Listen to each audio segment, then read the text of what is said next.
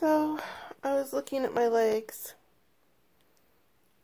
Does anybody else get really dry patches right here on their legs? I mean, I put lotion and lotion and lotion and lotion, and it's so dry. I don't know if anybody else has that problem. And don't ask me why my knees are so red. I was just sitting here Indian style, so I don't know why my knees are red. Also, does anybody else get these lumps under their skin? I have a few of them. I have them on my legs, a couple on my legs, and I have the couple on my arms. Apparently they're just like fatty tissue or something, I don't know. But, yeah, kind of weird. I don't know why my knees are red. What the fuck? What the fuck's going on? Why are my knees red? I'll ask the doctor today when I go in. And then if you notice, my knees are red, but that lump stayed white. That's strange. Am I freaking out? I think I'm freaking out. My body's just been through so much the last few years. I've had like 1, 2, 3, 4, 5, 6, 7. I've had about 7 surgeries. I had a hysterectomy, complete hysterectomy, but not a complete hysterectomy. My cervix and my uterus were removed. I still have my ovaries and the VJG. Although I always, in my mind, I imagine it's just, this is going to sound gross, but this is how weird my brain works. I just feel like it's just this open, gaping openness. I don't know. Kidney surgeries. My thyroid removed. So now I am hormone dependent, because if I don't take my hormone,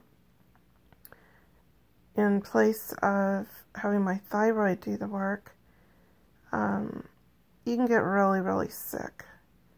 And maybe in some cases, if you don't take the hormone for a long period of time, you could actually die. I mean, the thyroid hormone, whether you have a thyroid or you're just on a hormone now, is like super important to your body. It helps regulate your body temperature. It helps with your kidneys, your heart, so many things. You just have no idea. You should check into it. You should look it up. I don't think very many people really think about their thyroid, let alone how absolutely important that part of your body is. So that's what prompted me to get my tattoo, obviously. So that if it's a day that I don't feel like dying, they will know this woman had a thyroidectomy. They won't necessarily know, because we didn't add it, that I had cancer. Nor will they know that I had a total thyroidectomy. You could have one side or the other, or just partial. But that would prompt them to look further into my medical history. Because my surgeon did such an amazing job cutting me open and sewing me back up. He said he was going to do it in one of my creases on my neck, wrinkles. And he did. And he made a very small incision. I mean, the whole incision was like this long. And now that it's healed, it's about this long. And it just completely just like meshes with my crease. You can't even, unless you get real close to it, or you know that I had the surgery done, you can't even tell. So yeah, in an emergency situation, nobody would know that I had it done. But anyway, I just wanted to ask you guys, do you get like really dry patches on your skin? I mean, this is before even having a thyroidectomy, so, or my hysterectomy, so I don't know what's causing it. I've put all kinds of different lotions on. I'm wearing shorts, shorts right now. But sometimes I wonder if it's from my pants rubbing on my skin. I drink lots of water.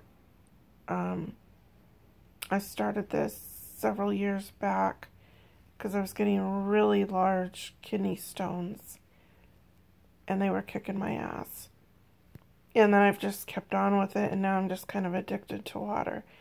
And it's important to drink a lot of water when you are taking medications anyway, to help flush that shit out of your body. It's good. Sorry, even if you're not on a lot of medications, you need to hydrate. Water. Not sodas, not a bunch of coffee, not a bunch of juices. Water. Flush that shit out of your system. Whatever shit it is. So anyway, I go to the doctor today. She wants to see me before referring me for possibly another colonoscopy.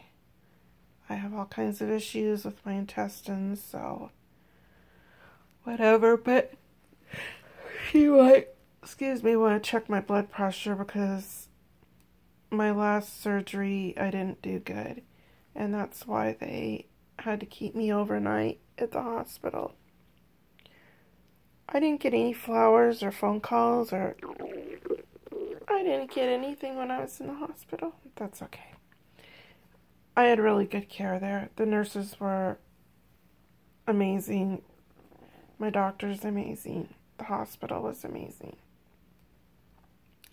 My daughter was there with me. And all of that is super important. So I go back to oh my gosh, I'm so sorry.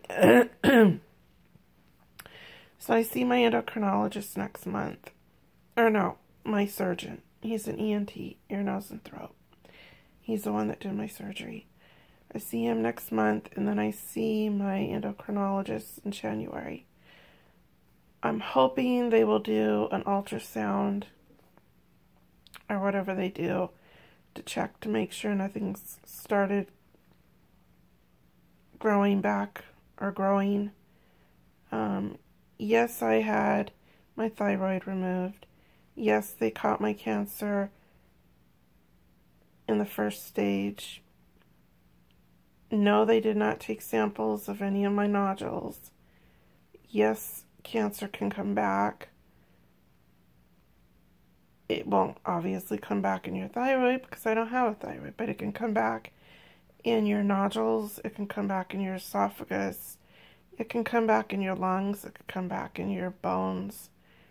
There are people that go 6 months, a year, 5 years,